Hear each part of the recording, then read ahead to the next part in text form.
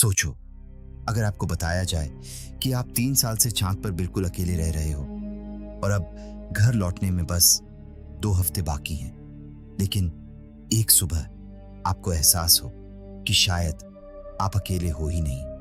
और सबसे डरावनी बात, जिस इंसान पर आपको सबसे ज्यादा भरोसा है, शायद वही आपसे सबसे बड़ा सच छुपा रहा है, यहीं से शुरू होती है मून। 2009 की ऐसी कहानी जो धीरे धीरे आपके दिमाग के साथ खेलना शुरू कर देती है। चांद की वीरान सतह, जहां चारों तरफ सिर्फ सन्नाटा है, न हवा, न कोई इंसान, बस एक छोटा सा स्टेशन और उसमें रहने वाला सैम बेल। पिछले लगभग 3 साल से सैम अकेला इसी बेस पर काम कर रहा है। उसका काम है विशाल मशीनों की निगरानी करना, जो चांद की सतह से एक बेहद कीमती ऊर्जा संसाधन निकालती है। उसका साथ देने वाला सिर्फ एक रोबोट है, जिसका नाम है गर्टी। दिखने में मशीन, लेकिन व्यवहार काफी इंसानों जैसा। हर सुबह वही सैम के लिए नाश्ता बनाता है, उसकी हेल्थ चेक करता है और उससे बातें भी करता है। धीरे धीरे यही रोबोट सैम की पूरी दुनिया बन चुका है।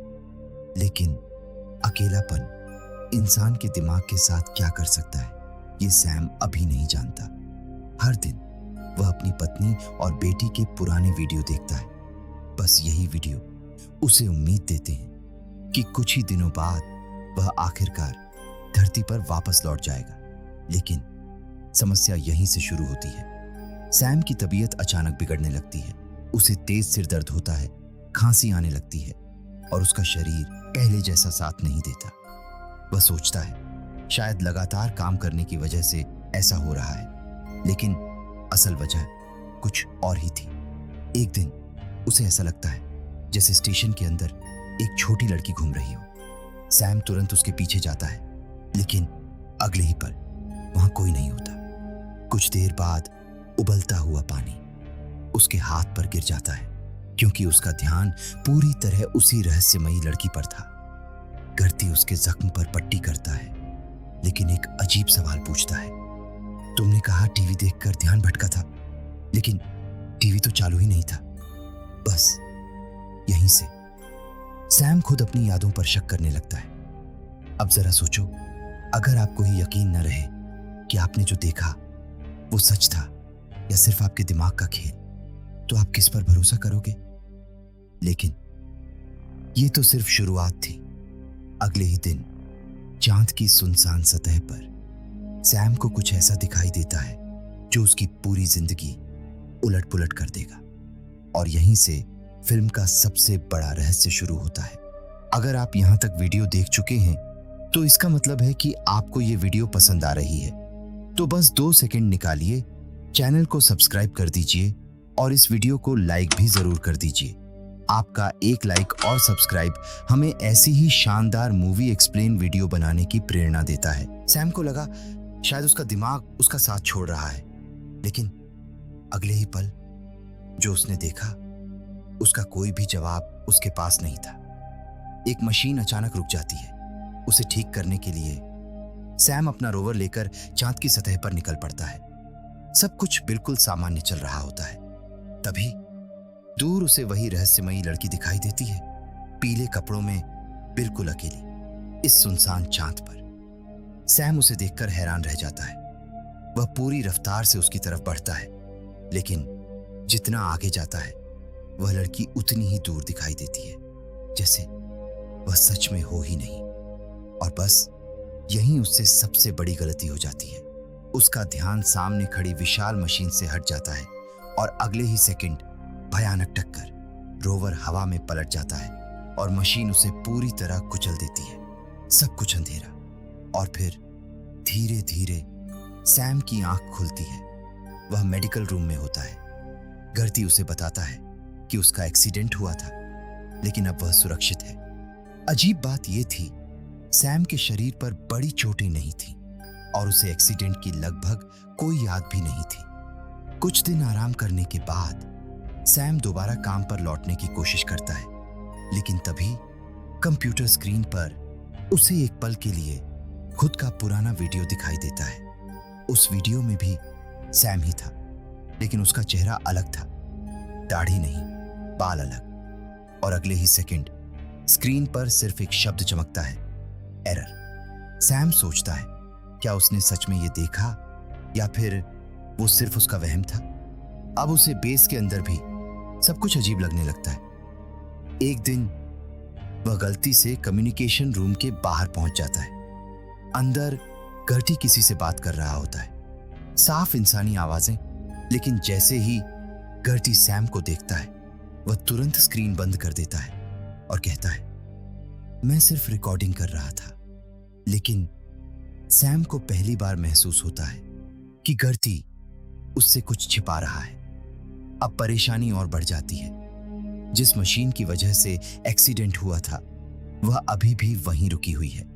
सैम बार बार बाहर जाकर उसे ठीक करना चाहता है, लेकिन कंपनी का आदेश आता है कि तुम बाहर नहीं जाओगे, रेस्क्यू टीम आने वाली है। यह सुनकर सैम पूरी तरह भड़क जाता है। उसे समझ नहीं आता, एक साधारण मशीन के लिए इतनी सख्त रोक क्यों लगाई जा रही है। आखिर उसे बाहर जाने से कौन रोकना चाहता है? अब जरा सोचो, अगर कोई आपको आपके ही स्टेशन में कैद करके रखते तो क्या आप चुप बैठोगे? सैम भी नहीं बैठा।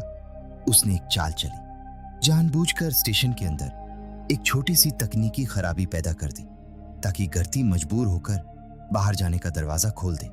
और यही फैसला उसकी पूरी जिंदगी बदलने वाला था, क्योंकि बाहर रुकी हुई मशीन के नीचे उसे कोई ऐसा मिलने वाला था जिसे देखकर शायद आप भी अपनी आंखों पर यकीन नहीं कर पाएंगे। यहीं से फिल्म का सबसे बड़ा ट्विस्ट शुरू होता है। सैम धीरे धीरे उस रुकी हुई मशीन के पास पहुंचता है। सब कुछ शांत था, लेकिन मशीन के नीचे एक कुचला हुआ रोवर फंसा हुआ था। वह बड़ी मुश्किल से उसका दरवाजा खोलता है और अंदर बेहोश पड़े इंसान को बाहर खींच लेता है। लेकिन जैसे ही वह उस आदमी के हेलमेट से धूल हटाता है, उसके पैरों तले जमीन खिसक जाती है, क्योंकि वह इंसान कोई और नहीं, खुद सैम था। उसका दिमाग पूरी तरह सुन्न हो जाता है। ये कैसे हो सकता है? अगर मैं यहां हूं तो फिर ये कौन है? वह बिना एक सेकंड गंवाए बेहोश सैम को बेस के अंदर लेकर आता है और गर्टी से चीख कर पूछता है, बताओ ये कौन है? लेकिन गर्टी हर बार सिर्फ एक ही बात कहता है, पहले इसे मेडिकल रूम में ले चलो। कुछ घंटों बाद वह दूसरा सैम होश में आता है। उसे भी वही एक्सीडेंट याद है, उसे भी वही लड़की याद है।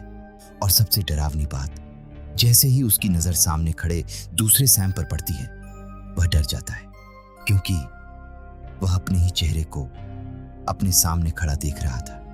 अब बेस के अंदर एक नहीं, दो सैम मौजूद थे। दोनों का चेहरा, आवाज, यादें, सब कुछ एक जैसा। बस एक दूसरे के अस्तित्व को कोई समझ नहीं पा रहा था। आखिरकार दोनों आमने सामने बैठते हैं। कुछ देर तक बस एक दूसरे को देखते रहते हैं। फिर पहला सवाल आता है, तुम हो कौन? दूसरा सैम गहरी सांस लेकर कहता है, शायद मैं एक क्लोन हूं। ये सुनते ही पहला सैम गुस्से में कहता है, नहीं, मैं असली हूं, क्लोन तुम हो। अब दोनों के बीच बहस शुरू हो जाती है, क्योंकि दोनों को पूरा यकीन था कि वही असली सैम बेल हैं। और सच कहें तो दोनों के पास अपनी बात साबित करने की पूरी वजह भी थी। धीरे धीरे गुस्सा थोड़ा कम होता है। दोनों एक दूसरे की बातें सुनना शुरू करते हैं। पहला सैम बताता है कि वह लगभग 3 साल से यहां काम कर रहा है, जबकि दूसरा सिर्फ कुछ दिन पहले ही जागा है। अब तस्वीर थोड़ी साफ होने लगती है। दोनों बेस के हर कोने की जांच करते हैं, पुरानी यादों की बातें करते हैं, यहां तक कि पिंग पोंग भी खेलते हैं, ताकि कुछ देर के लिए ये डर भूल सके। लेकिन अंदर ही अंदर दोनों एक ही सवाल से जूझ रहे थे, आखिर असली सैम कौन है?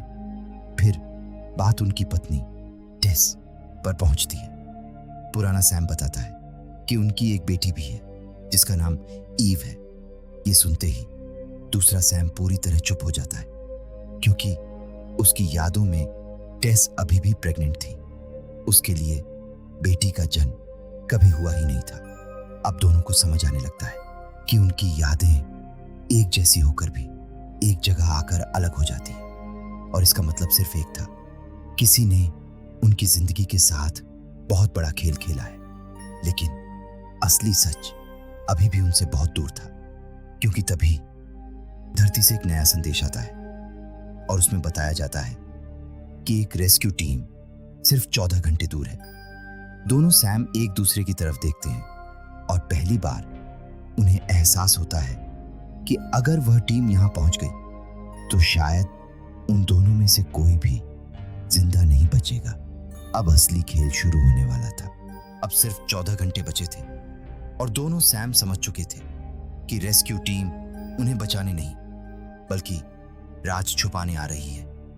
अगर दोनों एक साथ मिल गए तो कंपनी का सबसे बड़ा सच दुनिया के सामने आ जाएगा, और यही वे लोग कभी नहीं चाहते थे। अब दोनों सैम धरती पर दबाव डालते हैं। शुरुआत में वह चुप रहता है, लेकिन शायद पहली बार वह कंपनी के आदेशों से ज्यादा सैम की जिंदगी को अहमियत देता है। और फिर वह ऐसा सच बताता है जो किसी के भी होश उड़ा दे। असल सैम बेल कई साल पहले धरती पर अपनी जिंदगी जी चुका था। इस बेस पर हर 3 साल बाद एक नया क्लोन जगाया जाता था। उसे वही यादें दी जाती थीं, वही पत्नी, वही घर, वही सपने, ताकि उसे कभी शक ही ना हो कि वह असली इंसान नहीं है। और जैसे ही उसके 3 साल पूरे होते, उसे यह कहकर विदा किया जाता कि अब वह घर जा रहा है। लेकिन घर कभी आता ही नहीं था। उसे चुपचाप खत्म कर दिया जाता और उसकी जगह एक नया क्लोन जाग जाता। यही सिलसिला सालों से चलता आ रहा था। अब दोनों सैम समझ चुके थे कि वे सिर्फ कंपनी के लिए बदलने लायक मशीनें थे। उनकी पूरी जिंदगी बस एक झूठ थी। सबसे बड़ा झटका उन्हें तब लगता है जब वे पुरानी क्लोन यूनिट तक पहुंचते हैं। वहां सैकड़ों बंद कैप्सूल पड़े थे और हर कैप्सूल में एक और सैम बेल, मतलब उनसे पहले भी न जाने कितने सैम इसी तरह जिए और बिना किसी को सच बताए खामोशी से खत्म कर दिए गए। इसी दौरान पहले वाला सैम, यानी जिसने लगभग 3 साल पूरे कर लिए थे, तेजी से बीमार होने लगता है। उसका शरीर धीरे धीरे जवाब देने लगता है, क्योंकि उसकी तय की हुई उम्र अब खत्म होने वाली थी। उसे समझ आ जाता है कि उसे बचाया नहीं जा सकता, लेकिन दूसरे सैम को अभी भी मौका मिल सकता है। अब दोनों एक ऐसा प्लान बनाते हैं जिससे दुनिया को इस कंपनी का असली चेहरा दिखाया जा सके। गर्ती भी पहली बार पूरी तरह उनकी मदद करने का फैसला करता है। वह सुरक्षा सिस्टम बदल देता है ताकि रेस्क्यू टीम कुछ देर तक उन तक न पहुंच सके। अब आखिरी कदम सबसे मुश्किल था। दूसरे सैम को एक छोटे कार्गो लॉन्चर में बैठाकर धरती की तरफ भेजना था ताकि वह सबको सच बता सके। लेकिन अगर ऐसा हुआ तो यहां पहला सैम हमेशा के लिए अकेला रह जाएगा। आखिरकार लॉन्चर उड़ान भरता है। दूसरा सैम चांद छोड़ देता है और पहला सैम मुस्कुराते हुए उसे जाते देखता रहता है। उसे पता था कि शायद वह अब ज्यादा देर जिंदा नहीं रहेगा, लेकिन कम से कम अब दुनिया सच जान जाएगी। कुछ समय बाद धरती पर खबरें फैलने लगती हैं। लोग कंपनी पर सवाल उठाने लगते हैं। जांच शुरू होती है और पहली बार दुनिया को पता चलता है कि इंसानों की जगह क्लोन इस्तेमाल किए जा रहे थे। यानी एक अकेले इंसान की हिम्मत पूरे सिस्टम को बेनकाब कर देती है। मून 2009 सिर्फ साइंस फिक्शन फिल्म नहीं है, ये हमें सोचने पर मजबूर करती है कि अगर आपकी सारी यादें, आपका परिवार, आपकी पहचान, सब कुछ किसी ने बनाकर आपके दिमाग में डाल दिया हो, तो असल में आप कौन हैं? यही सवाल इस फिल्म को इतना खास बनाता है। अगर आपको मून 2009 की यह कहानी पसंद आई हो तो वीडियो को लाइक जरूर करें, और ऐसे ही शानदार मूवी एक्सप्लेनेशंस के लिए हॉलीवुड एक्सप्लेनर को सब्सक्राइब करना मत भूलिए। मिलते हैं अगली फिल्म के साथ।